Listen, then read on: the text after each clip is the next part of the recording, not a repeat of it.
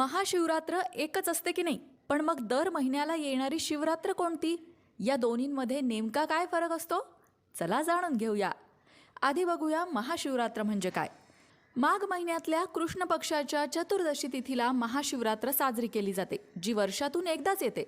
धार्मिक मान्यतेनुसार भगवान शिवशंकर आणि माता पार्वती यांचं लग्न या दिवशी झालं होतं. म्हणूनच हा दिवस शुभ असतो, आध्यात्मिक उन्नती देणारा मानला जातो. महाशिवरात्रीला भगवान शिवशंकरांची मनोभावे पूजा केल्याने आध्यात्मिक शक्ती वाढते. इतकंच नाही तर ही रात्र मोक्ष मिळवण्यासाठी सर्वात शुभ असते.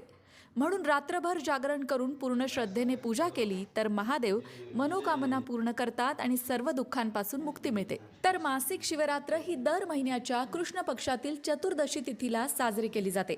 या दिवशीही भाविक भगवान शिवाची पूजा करतात. परंतु धार्मिक दृष्टिकोनातून महाशिवरात्र ही इतर शिवरात्रींपेक्षा जास्त